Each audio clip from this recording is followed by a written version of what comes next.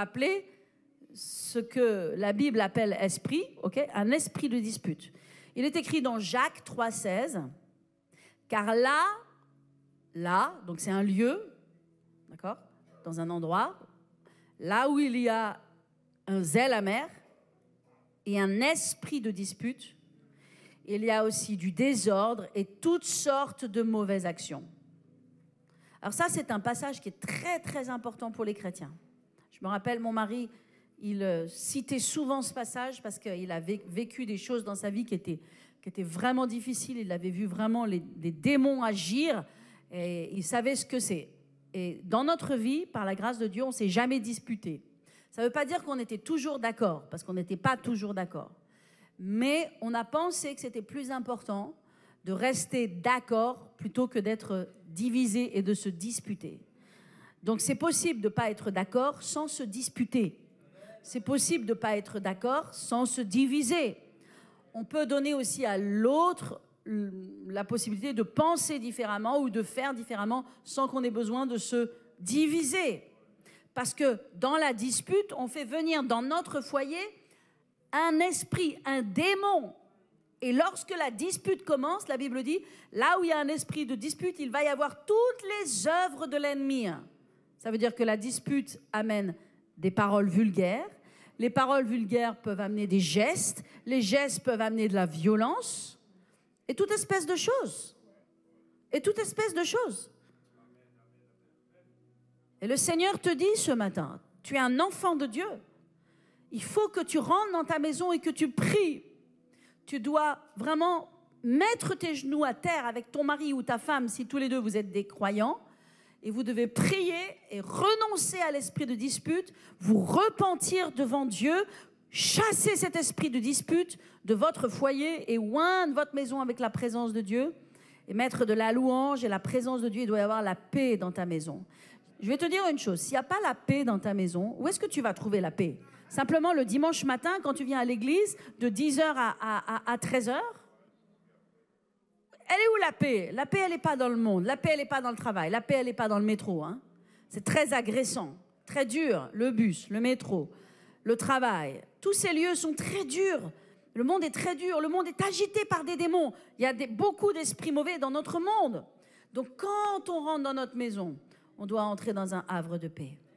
On doit entrer dans quelque chose qui appartient à Jésus. Là, on peut dire, Seigneur Jésus, c'est ta maison. Ici, c'est ta maison. C'est là où tu demeures. Alléluia. C'est là où il y a ta présence. Il n'y a pas de dispute. Il n'y a pas de division. Il n'y a pas de querelle. Amen. Certains d'entre vous, vous devez vraiment vous repentir et vous devez abandonner la querelle. Particulièrement si vous êtes mariés et jeunes mariés. Vous devez abandonner la querelle. Très, très mauvaise chose que de commencer son mariage et de permettre à la division, à la querelle, de commencer à se manifester dans votre mariage. C'est le début d'une destruction. Vous devez renoncer dans le nom de Jésus. Alléluia. Vous devez vraiment vous soumettre à Dieu dans ce domaine et fermer la porte aux démons. Parce que ce sont des démons qui sont en train d'entrer dans votre maison. Ils ne vous feront pas de cadeaux. Il n'y a pas de gentillesse en eux. Il n'y a pas de bonté. Ils viennent pour amener leur royaume. Ils viennent pour amener leurs œuvres. Ils viennent pour imposer autant qu'ils peuvent leurs œuvres dans votre vie, dans votre foyer, et pour vous détruire. Donc on ne peut pas jouer avec ces choses. Et le Saint-Esprit me parlait vraiment de la dispute. Alléluia. Amen. Alors mes amis, comment est-ce que les démons entrent dans la vie des gens? C'est important de dire que les démons entrent dans la vie des gens. Et parfois même dans la vie des chrétiens. Ben oui. Ou bien comment est-ce qu'ils influencent la vie des gens ou la vie des chrétiens? Ben, la racine, il y a plusieurs racines, mais il y a 3 causes. Il y a 3 grandes causes. Mais ce n'est pas aujourd'hui que je peux prêcher sur ces 3 grandes causes. Mais je vais prêcher sur juste une seule.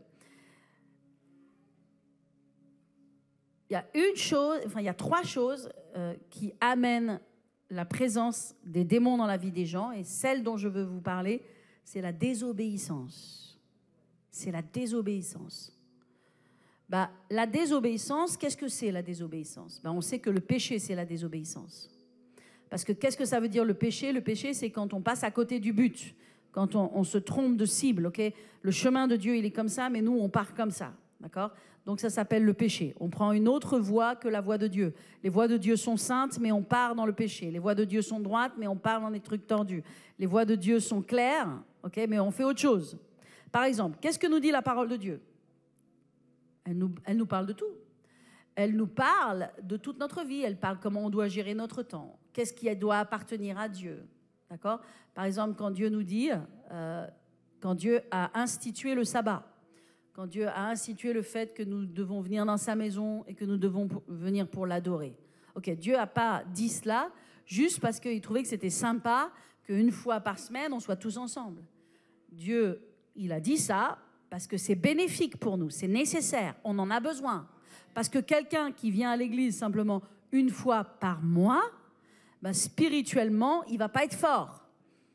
Vous comprenez? Donc Dieu, il ne dit pas des choses juste pour nous mettre dans des schémas. Il dit des choses parce que c'est nécessaire. Lorsque dans la Bible, il dit, dans l'Ancien Testament, il dit, vous célébrerez mes fêtes, d'accord? Dieu a mis des fêtes. Il y a les 3 grandes fêtes de l'Éternel. Et quand on est entré dans cette année, dans cette nouvelle année, le Seigneur m'a dit, l'Église doit célébrer les 3 grandes fêtes de l'Éternel, que sont la Pâque, la Pentecôte et la fête des Tabernacles. Waouh! Alors pour nous, la fête des Tabernacles, ça va être quelque chose de nouveau cette année. Amen. Mais tant mieux. Nous allons célébrer ces 3 grandes fêtes de l'Éternel, parce que ce sont les fêtes de l'Éternel.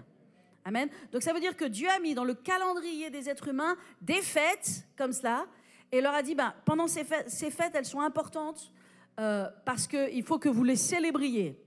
Pourquoi est-ce qu'il faut que nous célébrions ces fêtes? Parce que ces fêtes, elles nous rappellent tous nos privilèges. Elles nous rappellent tout ce que Dieu a fait pour nous. Ces fêtes, elles vont bâtir notre foi. Elles nous enracinent en Dieu. Elles nous bénissent. Ces fêtes, elles font quelque chose de puissant et de spirituel. Certains diront, ah oui, mais à Pâques, moi, je préfère aller au soleil. Tu fais ce que tu veux, mais la parole de Dieu, elle ne change pas. Célèbre Pâques, célèbre Pentecôte, parce que Dieu le dit. Alors, il ne faut pas être légaliste, d'accord? Mais il faut comprendre que dans la Bible, tout ce que Dieu nous a dit, c'est toujours pour notre bien. C'est pour qu'on soit fortifié, encouragé, qu'on aille de gloire en gloire, de victoire en victoire. Amen. Donc Dieu ne dit pas juste des choses comme ça. Donc la désobéissance, bah c'est lorsque Dieu nous dit, ok, le chemin il est comme ça. Puis nous on dit, ok, c'est pas très important Seigneur. Moi j'ai d'autres choses à faire. Moi j'ai une autre façon de penser. Moi je pense que plutôt ma vie je vais faire comme ci, comme ça. Ok, donc on se retrouve dans la désobéissance. Ce que le Seigneur me montrait cette semaine, il me disait que l'exemple parfait de la désobéissance, c'est Saül. Alors le roi Saül, il a été choisi par Dieu. Dieu l'a choisi pour être roi. Samuel est venu, il a versé la corne d'huile sur lui et il a vraiment été oint. Il a été oint pour être roi. Il a reçu l'onction. Il s'est mis à prophétiser de la part de Dieu. Il a eu cette puissance de combattre les guerres de l'Éternel et de réussir. Donc il avait l'onction de Dieu sur lui. Il a accepté d'être roi, mais il n'a pas accepté d'obéir. Quand il s'agissait d'obéir, Saül avait une résistance incroyable à l'obéissance. Donc Saül, il était vraiment désobéissant à Dieu. Alors qu'est-ce qui s'est passé? La première fois, Samuel vient, lui dit, voilà ce qui va se passer. Il va y avoir, tu vas m'attendre à tel endroit, et moi je vais venir et je vais faire le sacrifice. Et qu'est-ce qui s'est passé? Il y a des ennemis qui sont venus, ok? Il y a eu une pression qu'ont fait les ennemis pour leur faire la guerre. Et Saül, il était là, il attendait Samuel, et il s'est mis à faire une chose incroyable. Lui qui n'était pas sacrificateur, il était roi. Les rois ont une onction pour faire certaines choses. Les sacrificateurs et les prophètes ont une onction pour faire autre chose. Et il s'est mis à prendre le sacrifice, il s'est mis à faire l'adoration à Dieu, l'offrande, etc. C'était une grande désobéissance. C'était vraiment une désobéissance. Et puis Samuel est venu, lui a dit, ce que tu as fait, c'est quelque chose d'insensé. C'est mal ce que tu as fait, tu n'aurais pas dû faire cela. Donc il lui a donné une première chance. D'accord? Il a continué à être roi. Et puis après, Samuel a dit, ok, tous les Amalécites, ils ont fait ci, ils ont fait ça dans le passé, etc. Oh, ils doivent être Ils doivent être passés par le fil de l'épée, ça doit être terminé. Ok, tout ce qui leur appartient. Tout. Ok. Donc ils vont pour combattre les Amalécites et puis ils trouvent que les Amalécites, ils ont des belles brebis bien grasses. Et ils ont aussi beaucoup d'or et beaucoup de richesses. Alors ils ne considèrent pas la voix de Dieu. Parce que Dieu a dit, vous allez tout éliminer, vous détruisez tout. Ils disent non, non. Ils raisonnent, ils disent non. Ça on peut le faire quand même. La désobéissance. Et Samuel arrive, il dit, Saül, oh Samuel, j'ai fait tout ce que la parole de Dieu m'a dit. Tout ce que la parole de Dieu m'a dit, je l'ai fait. Et Samuel lui dit, quel est ce bruit de bêlement que j'entends? Quel est ce bruit de bête que j'entends? En d'autres termes, l'Esprit de Dieu savait qu'il n'avait pas du tout passé par le fil de l'épée les brebis, qu'il s'était mis de côté les belles, grosses brebis bien grasses, qu'il s'était mis de côté toutes les richesses. Et qu'est-ce que Samuel a dit? Il a dit maintenant, je vais vous lire ce qu'il dit. Il dit comme ça, l'Éternel, Saül, l'Éternel trouve-t-il plaisir dans tes holocaustes et dans les sacrifices, comme dans l'obéissance à la voix de l'Éternel? Voici, l'obéissance vaut mieux que les sacrifices. Alléluia. Et l'observation de sa parole vaut mieux que la graisse des béliers. En d'autres termes, est-ce que Dieu se plaît des cadeaux? Est-ce que Dieu se plaît des sacrifices que tu t'infliges? Ou est-ce que Dieu préfère l'obéissance? Je vais vous dire, entre vous et moi, si vous venez vers moi et que vous m'offrez un cadeau, est-ce que je vais être heureuse et satisfaite de votre cadeau si vous ne faites pas ce que je vous demande? Est-ce que je vais préférer un gros bouquet de fleurs ou est-ce que je vais préférer que quand je vous demande de faire quelque chose, vous le faites? Votre enfant, est-ce que vous préférez qu'il vous ramène un cadeau, qu'il vous fasse un dessin, que le soir, quand vous lui dites c'est l'heure d'aller se coucher, il vous fait un dessin? Vous préférez qu'il vous fasse un dessin ou vous préférez qu'il aille au lit à l'heure, de sorte qu'il soit reposé en pleine forme pour le lendemain? Qu'est-ce que vous préférez? L'obéissance. Et c'est ce que Dieu dit par la bouche de Samuel à Saül. Il lui dit, l'Éternel prend-il plaisir dans les holocaustes? En d'autres termes, tu peux venir, tu donnes ceci, tu décides de faire cela, tu repeins ce mur à l'église. Ok. L'Éternel prend-il plaisir dans les holocaustes? Prend-il plaisir dans les sacrifices ou dans l'obéissance à sa parole? Voici, l'obéissance vaut mieux que les sacrifices et l'observation de sa parole vaut mieux que la graisse des béliers. Waouh! Alors maintenant, je vais vous dire ce que fait la désobéissance. La désobéissance a fait que l'Esprit de Dieu s'est retiré de Saül. La Bible dit que l'Esprit de Dieu s'est retiré de Saül et un mauvais esprit est venu à la place. Qu'est-ce qui s'était passé? Saül, il avait ouvert la porte à Satan. Il avait ouvert la porte à des esprits mauvais dans sa vie. Et maintenant, il y avait un mauvais esprit qui était en lui. Et la Bible nous dit qu'il se sentait très mal. Il était agité. Il était sous oppression. Et il fallait que des gens jouent de la louange, jouent des instruments de musique pour apaiser ce qui se passait à l'intérieur de lui, parce qu'il était agité par un démon. Il y avait une puissance démoniaque maintenant qui avait pris le contrôle sur lui. Alors c'est là qu'on a fait venir David, parce qu'on a dit, ok, mais oui, tu cherches un homme qui puisse calmer, apaiser ta souffrance. Il existe un petit gars là, un Bethléemite, qu'il vienne et puis il va jouer de l'harpe. Et la Bible nous dit que lorsque David venait, il jouait, il adorait Dieu. Okay. Et là, Saül respirait plus librement. Saül, il reprenait son souffle. Il se sentait comme soulagé. Il était soulagé, mais il n'était pas libéré. Il n'était pas délivré. Parce qu'il est devenu oppressé, jaloux, en colère, délirant. Il avait des pulsions de meurtre. Il n'y avait pas de paix en lui. Il y avait la présence des démons. Et pourquoi il y avait la présence des démons? Parce qu'il y avait eu la rébellion en lui, il y avait eu la désobéissance. Voyez comment les démons peuvent entrer dans la vie de quelqu'un? Alléluia. La Bible nous dit, le lendemain, le mauvais esprit saisit Saül, qui eut des transports, c'est vraiment de folie, au milieu de la maison. David jouait comme les autres jours, et Saül avait sa lance à la main. Saül leva sa lance en disant en lui-même, je frapperai David contre la paroi. Mais David se détourna de lui 2 fois. Saül craignait la présence de David parce que l'Éternel était avec David et s'était retiré de lui. Et Saül s'éloigna de David. Waouh! Vous comprenez? Vous savez, ce sont les démons qui éloignent les gens de l'Église. Ce sont les démons qui éloignent les gens de la présence de Dieu.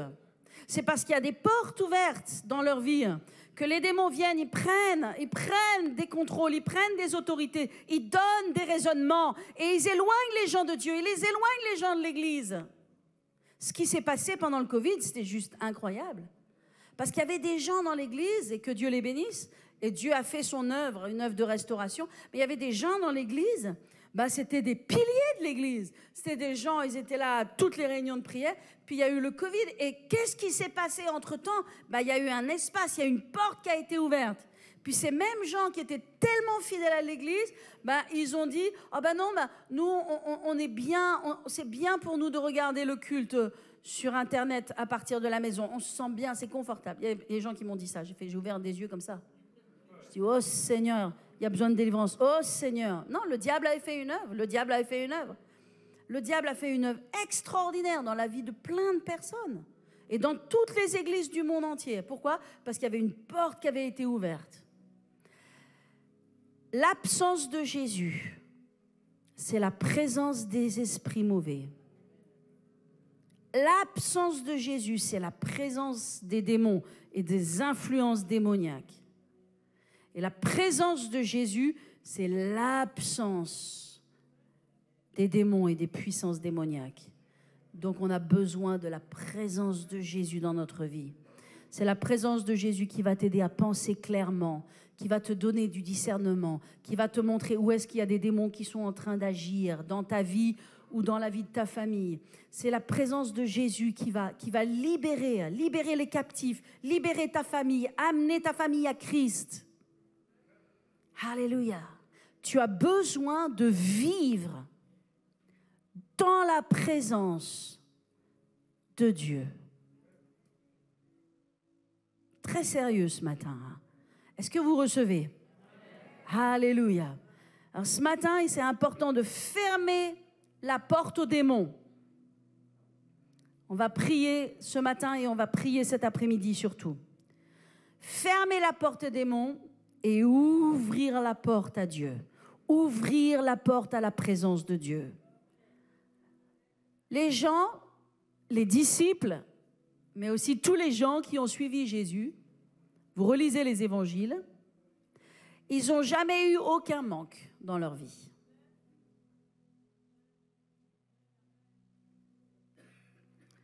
Voyez pas que les disciples, pendant 3 ans et demi, ils ont abandonné leur travail, abandonné leur bateau. Je ne suis pas en train de vous dire d'abandonner votre travail. Mais voyez pas que les disciples, ils aient manqué de quoi que ce soit. Parce qu'avec Jésus, ils avaient tout.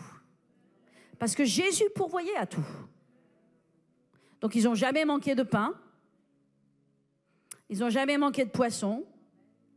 Il y avait un manque de vin dans un mariage. Jésus a pourvu, il a amené le vin. Ils n'étaient jamais malades. Ils étaient joyeux. Ils étaient dans la paix. Ils étaient heureux. Il y avait du bonheur à l'intérieur d'eux. Il y avait de la satisfaction. Pourquoi? Parce qu'ils étaient avec Jésus. Ça ne leur manquait pas d'être patron de leur industrie. Ça ne leur manquait pas. Il ne manquait pas de quelque chose à l'intérieur d'eux. Parfois, les gens, ils veulent être responsables de quelque chose. Puis s'ils ne sont pas responsables de quelque chose, vous avez l'impression que vous leur avez arraché leur vie. Tu n'as pas à t'accrocher à une responsabilité comme si c'était ton identité. Tu dois t'accrocher à Jésus. Dans l'église, vous voulez, c'est très difficile. Quelqu'un qui est responsable de quelque chose, vous voulez l'amener à être soit plus responsable ou autre chose, ou faire autre chose. Ils sont accrochés à la responsabilité. Mais vous ne devez pas être accroché à une responsabilité. Vous devez être accroché à Jésus. Parce que c'est Jésus qui te donne ton identité. C'est Jésus qui donne ta valeur. C'est Jésus qui te donne. Donc les disciples, ils n'étaient pas en manque de dire « Waouh, moi je suis patron de mon entreprise et puis voilà maintenant, je ne suis plus rien maintenant. Je ne suis plus chef d'entreprise, ben, je ne suis plus rien. » Non, ils n'ont jamais pensé comme ça. Ils ont marché avec Jésus, ils n'ont jamais manqué de rien. Il y avait les malades étaient guéris. Les possédés étaient libérés. Waouh! Les morts ressuscité. Lazare, 4 jours, ressuscité. Une femme qui passe, qui enterre son fils, qui pleure, ressuscité. Waouh! Ben, c'est avec ce Jésus qu'on doit être. Tu veux que ta vie aille bien? Tu n'as pas besoin de plus d'argent. Tu as besoin de plus de Jésus. Est-ce que je parle à quelqu'un? Tu n'as pas besoin de plus d'argent. Certains d'entre vous, vous travaillez le dimanche, comme si Dieu ne pouvait pas pourvoir à vos besoins. Je ne dis pas que ce soit facile, que vous devez mettre votre foi en action, mais vous prenez des décisions insensées. Certains, pas tout le monde. Et que chacun prenne lui-même ses résolutions avec Dieu et le Saint-Esprit. Mais ce que je veux dire, c'est que quand il s'agit de résolutions à long terme, pour un style de vie, il y a des gens qui font un stage de 3 mois ou quelque chose, mais franchement, l'obéissance vaut mieux que les sacrifices. Alléluia. Et l'observation de sa parole vaut mieux que la graisse des béliers. Tu n'as pas besoin de plus d'argent, tu as besoin de plus de Jésus. C'est Jésus qui va donner une direction à ta vie. Vous savez, moi, ce que je suis, ce que j'ai rien sans Dieu. J'ai rien sans Jésus. Tout ce que j'ai, c'est Jésus qui me l'a donné. Tout ce que j'ai, c'est Dieu qui me l'a donné. Tout ce que j'aurai demain, c'est Dieu qui me l'a donné. Tu m'enlèves Jésus, j'ai rien. J'ai rien en moi-même. Je n'ai ni don, ni talent, ni beauté, ni capacité. La seule chose que j'ai, c'est de m'accrocher à Jésus. Alléluia. Et il est mon présent et il est mon avenir. Et c'est la même chose pour toi. Alors tu as besoin de vivre dans la présence de Jésus. Le matin quand tu te lèves, le soir quand tu te couches, vivre dans sa présence. Dieu veut que tu vives dans sa présence. C'est possible de vivre dans sa présence. Et dès que tu en sors, tu reviens. Tu dis, il y a des situations qui m'ont sorti, je retourne dans sa présence. Je veux vivre dans une dimension de paix. Je veux aimer mes ennemis. Je veux aimer ceux qui me font la guerre. Je ne vais pas entrer dans les disputes. Je veux aimer mon mari. Je veux aimer ma femme. Je veux aimer mes enfants. Je veux aimer mes frères et mes sœurs. Je veux aimer mon travail. Je veux aimer. Celui qui demeure. Il faut demeurer. Celui qui demeure dans la présence. Non, c'est pas ça. Celui qui demeure sous l'abri du Très-Haut, il repose à l'ombre du Tout-Puissant. Maintenant, on va le faire doucement. Parce que on connaît les choses, on les dit rapidement, puis maintenant, c'est important de les réaliser. Celui qui demeure sous l'abri du Très-Haut. D'accord? Celui qui demeure, il reste continuellement en communion avec Jésus.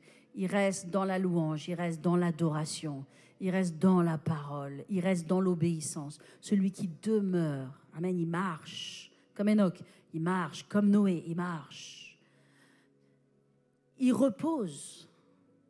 Je ne sais pas ce qu'il en est de vous, je sais ce qu'il en est de moi, mais j'ai besoin de repos. Et je veux vivre dans le repos. Il repose Il repose à quoi? À l'ombre du Tout-Puissant. Waouh! Il y a l'ombre du Tout-Puissant qui repose. L'ombre du Créateur repose sur toi. L'ombre du Sauveur du monde repose sur toi. L'ombre de Jésus repose sur toi. Les ailes du Père reposent sur toi. Waouh! Vivre dans sa présence. Les Hébreux, dans le désert, ont expérimenté la présence de Dieu. Quand ils étaient en Égypte, ils ont vécu la misère. Même quand Moïse était debout en train de se battre et de faire ce que Dieu l'appelait à faire contre Pharaon, aussi longtemps qu'ils avaient leurs pieds en Égypte, ils étaient dans la misère. Donc même quand Moïse allait voir Pharaon, ils étaient toujours en Égypte. Et qu'est-ce que c'était l'Égypte?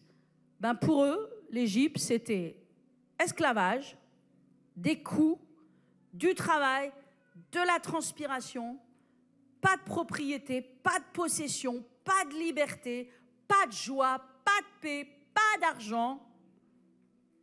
Malheureux. C'était pas heureux. Le jour, et l'Égypte, ça représente le monde. Ne vous y trompez pas. L'Égypte, ça représente le monde et l'esprit du monde. Oh mon Dieu, le temps a passé tellement vite. My God. Il faut que je termine de prêcher. L'Égypte représente le monde et l'esprit du monde, le système du monde. À l'instant où ils sont sortis d'Égypte, lorsqu'ils sont sortis d'Égypte, ils sont entrés dans la présence de Dieu. Ils sont entrés sous la main de l'Éternel. Ils sont passés de la main de Pharaon, de la main de Satan, à la main de Dieu. Qu'est-ce qui s'est passé lorsqu'ils sont passés directement sous la main de Dieu? Qu'est-ce qui s'est passé? L'argent. D'un seul coup, ils étaient pauvres. Paf! Ils avaient de l'argent. Wow! Voici que l'abondance financière arrive. Et après, qu'est-ce qui se passe? Tous leurs besoins sont pourvus. Ils ont soif, Dieu fait sortir de l'eau. Ils ont faim, Dieu envoie des pains. Ils veulent de la viande, Dieu envoie des cailles. Ils ont froid, Dieu met une colonne de feu. Ils ne connaissent pas le chemin, Dieu met une colonne de nuée. Dieu pourvoit à tous leurs besoins.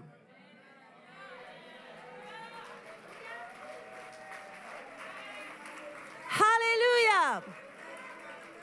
Alléluia! Au point où aucun n'était malade. La Bible nous dit que lorsqu'ils sont sortis, bien sûr, il y a eu l'agneau, il y a eu la croix, il y a eu toutes ces choses, ok? Mais lorsqu'ils sont sortis, il n'y avait aucun qui était malade, aucun qui était fébrile. Et s'ils sont tombés dans le désert, ce n'est que à cause de la désobéissance et de la rébellion, mais sinon la grâce de Dieu, c'était de les faire rentrer dans la terre promise. Est-ce que vous comprenez qu'en 2023, tu as besoin de vivre dans la présence de Dieu, de sortir de l'emprise du monde, de sortir de l'influence des démons, de sortir de la désobéissance, de la rébellion dans ta vie en tant que chrétien, de fermer la porte à Satan, de chasser les choses dans ta vie, de prendre autorité, de reprendre le contrôle sur ta vie et de mettre Dieu au centre, de mettre Jésus au centre, parce qu'il ne te décevra pas. Alléluia. Gloire à Jésus. Est-ce qu'on peut fermer nos yeux ce matin?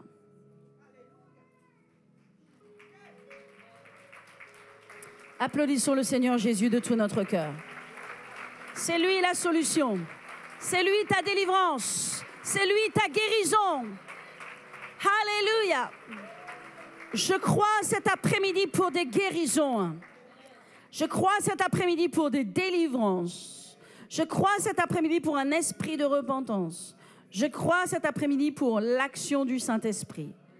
Alléluia. Afin que les chaînes tombent. Afin que ta vie compte en 2023. Afin que tu sois libre, entièrement libre. Alléluia. Père Céleste, alléluia. Nous voulons nous mettre devant toi et te dire merci pour ta grâce. Alléluia. Viens, Seigneur, viens. Nous voulons bâtir un trône, Seigneur.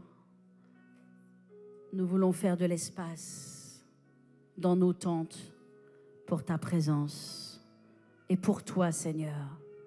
Viens, notre Dieu. Alléluia. Remplis-nous. Alléluia. Thank you, Jesus.